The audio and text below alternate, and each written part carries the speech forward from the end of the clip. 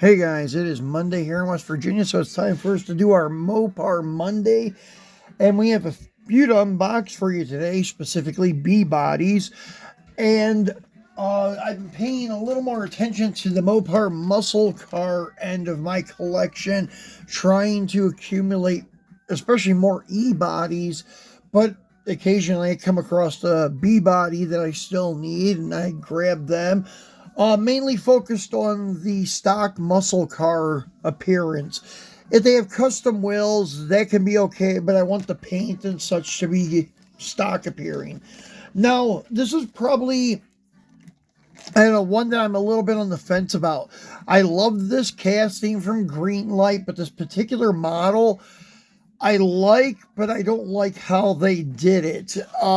So here is the latest one of the third generation Charger from Greenlight, and it was released in 2020. I don't think there's been any release since then. I could be wrong, but I don't believe so in its stock appearance. Now, there may have been some released in other series that do not look stock. Like I know they had an STP version and they're running on empty series, but I don't know when it was released, if it was before or after this one.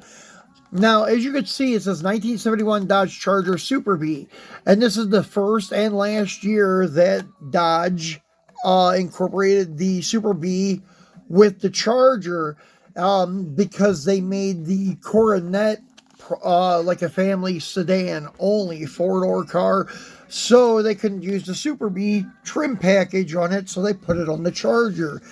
And the differences between the Charger RT and the Charger Super B, as you can see up here, it says Super B. Down here is an RT. You can see in white print on the bottom through the blister here, it says 1971 Dodge Charger RT, and then up here, 1971 Charger Super B. And I do love this car.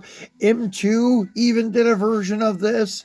M2 is a little bit brighter red, whereas this one is it's more red than orange, but it does like kind of set on that border where it could go either way. Depending on the lighting, but it is more red than orange, I will say that. Now, the white top, white interior, gorgeous looking car, but the one thing that they made a mistake on, and they used to never do this, you can see it has the louvers in the door for the RT. And Greenlight used to have both molds, and I brought out a couple to show you. The yellow one, this is one of their later releases. This is called the Last Hemi Charger, supposedly. It's a model of the last Hemi 71 to roll off the assembly line. But as you can see, that the bottom one is their Super B. Now, the Super B mold had no louvers in the door at all. The RT did, so they did have two molds for both trim packages, and so that was really cool. M2 does the same thing, where they do distinguish the differences. That's why I was disappointed when this model came out and they didn't do that. I don't know if something happened to the Super B mold or what. And also the side marker tampos.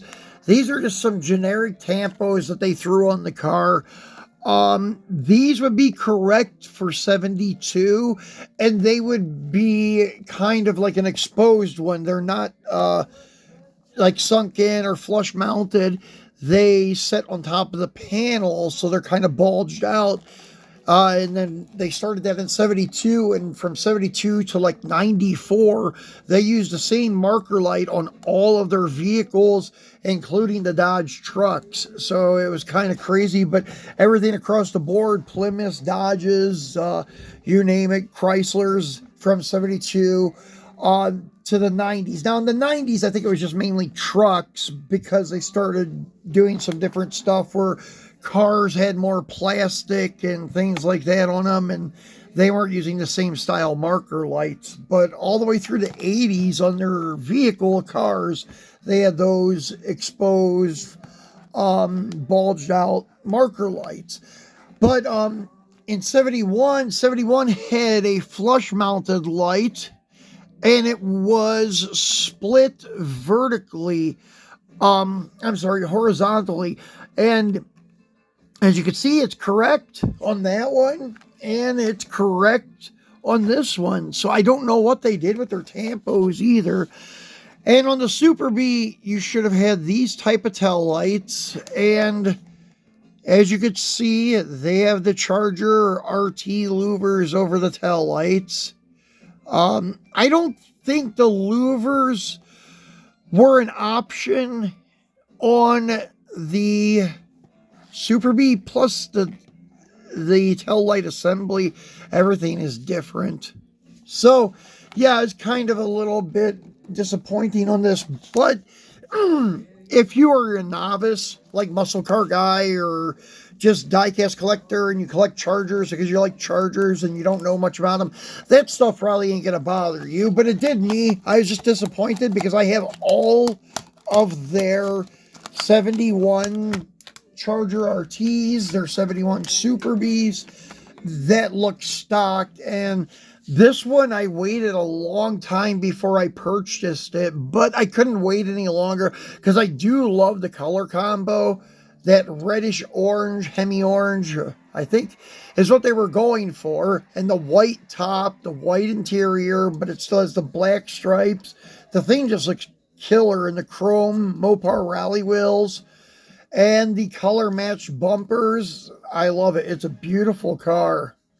So that's why I went ahead and bought it. But the doors are incorrect. Tail lights are incorrect. Marker lights are incorrect. But hey, it's still a nice looking car. Now moving along to one from 2019. And this is the U.S. Postal Service edition, the stamp cars, the Forever Stamp 69 Dodge Charger Daytona. And they have one of the CUDA also, and Plum Crazy. That one I do want to pick up. I don't think I have that one yet. And anyways, this is the Daytona, and on the back, it just tells you about the stamps when they were released.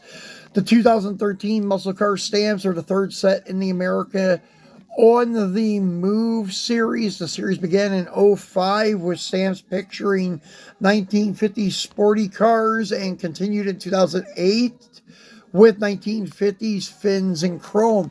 And right now they have a lowrider series. Those stamps I would like to actually get my hands on. I got to ask my post office if they have any.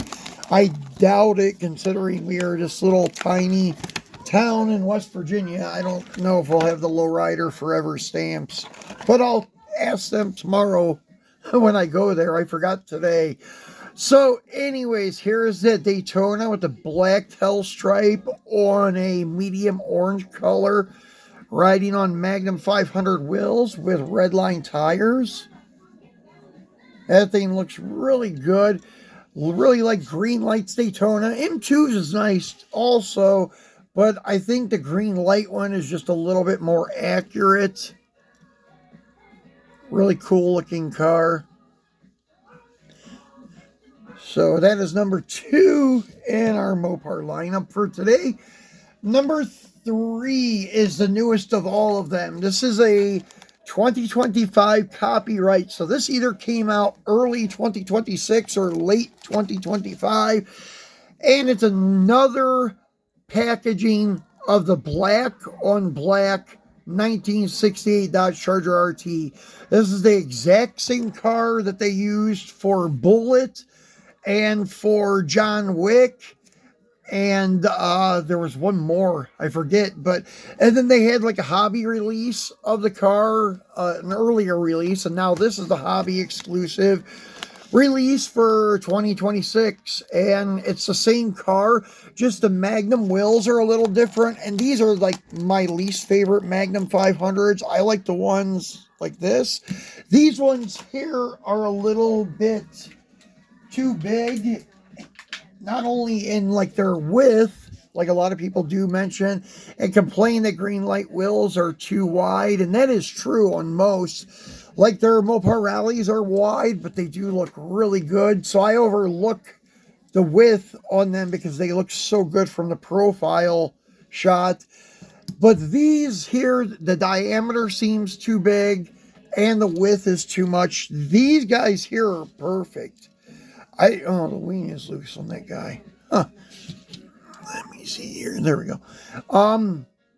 Anyways, they should have just done away with this wheel and stuck with that one, because this one came out second and it looks so much better, more accurate than what these are. These look like they're, I don't know, on the 1/64 scale, they look like a 17 or 18 inch diameter, and the width is just ridiculous.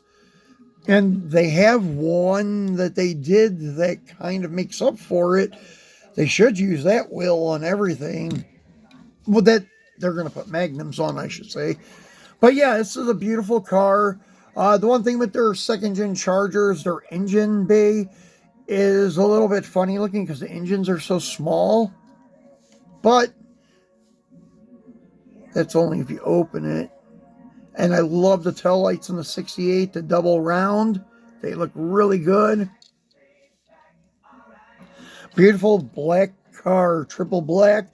Black paint, black vinyl top, and a black interior. Now last, but definitely not least, this was probably my favorite one from today. And this one I got in a trade from my buddy Don Bennington in Ohio. He wanted one of my M2 trucks I had up for sale, and I wanted this Charger. So we did a swap, and this one is getting hard to find. And I really don't know, like, the big deal about the 100th anniversary set of Mopar, or of Dodge, I should say, not Mopar. But, the set had been around for a while before it started like gaining traction with collectors. Over the past couple years, this set has went up quite a bit. All of them in the series, there's 5 cars, I believe, and all 5 of them demand a pretty good buck. Well, they're like 20 to 30 bucks a pop, basically. So the paint job is beautiful. Love that color on the car. And there's no issues with it either. That's one thing I always look at. Greenlight old releases when I first open them. The passenger side that's right against the plastic, sometimes they'll get some rash or some spots on it. I think it just has some adverse reactions to the plastic. But once again, under the hood looks really good. It's correct being painted body color, but the engines just look a little bit too small. But yeah, this is a beautiful car. Probably one of my favorite 68s out of all the 68s that I have. But anyways, I think the 68 I have the most of too. I think now this makes a model 11 of Greenlight 68s. So they made quite a few 68s. 69, I think, is the one they made least of. I think I have like 6, 7 different 69, something like that. But anyways, guys, that's our Mopar Monday. Hope you enjoyed it. And we'll be back again in the middle of the week. I wanted to do the Furies, the new 71 Furies from Auto World today, but I didn't. I'm just going to wait and do a video on them separately.